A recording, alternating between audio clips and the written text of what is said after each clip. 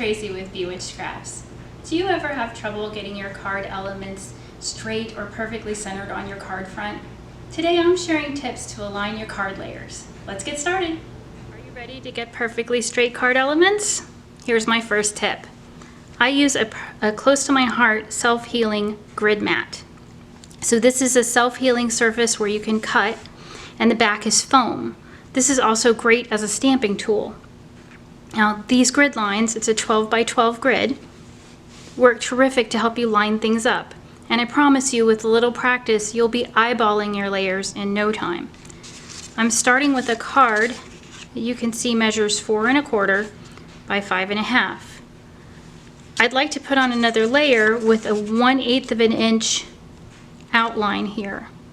And you can see that just with the grid lines, it's pretty easy for me to line that up. Let me move that to the center now. And I'm going to line it up within the grid so that the top and the side, this corner, is in alignment.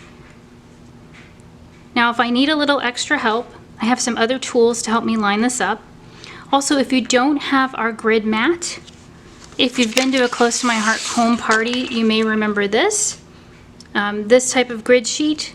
These are terrific because you can actually draw on them. So again, it has a 13 by 12 mat drawn on it. And you can actually go in with a marker and go ahead and mark out the rectangles that you normally use so that you can just line things up into the corners. You can also use a T-square, and I'm just going to cheat here. I'm going to put this down where I think it goes, and I'm going to use the top of the square and come in about halfway between the grid lines to get the 1/8 inch measure that I want. And because this is square, all I need to do now is also come in halfway with this side on this grid line, and then I can simply line my piece of cardstock up in this corner. If you don't have a T-square, they're about $2 at the big box stores. You can also use a clear ruler. This one has its own grids drawn on it, so you don't need either of the grid pieces on the bottom.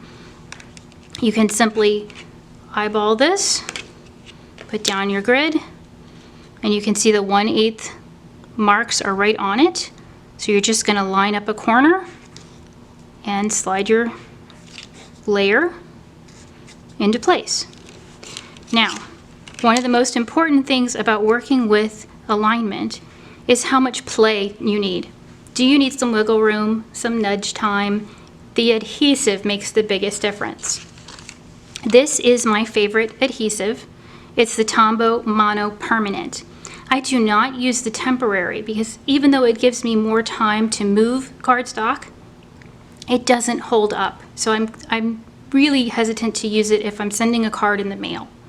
This one though is going to create an instant bond between these two pieces of paper, and I will have absolutely no wiggle room. If you need a little extra play to be able to set it down and move it slightly, nudge it into place, you want to use a liquid glue. My other big tip is this. It's going to be in the quality of the card base. This is a Close to My Heart card base, and I want you to see it comes pre-scored, and I want you to see that it is perfectly aligned. In contrast, this one came from a big box store. It was also pre-scored.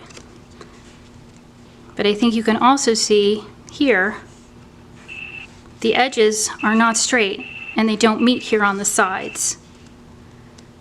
If you work with a card base that is not square, it won't make any difference if your layers are on perfectly straight. Your card will still look lopsided. So definitely make sure you're starting with a square card base. Thanks for joining me for today's quick tip video. I hope you'll give these tips a try for getting your card elements on straight and centered. I'll have a new quick tips video coming out soon, so be sure to subscribe to my channel to get notification.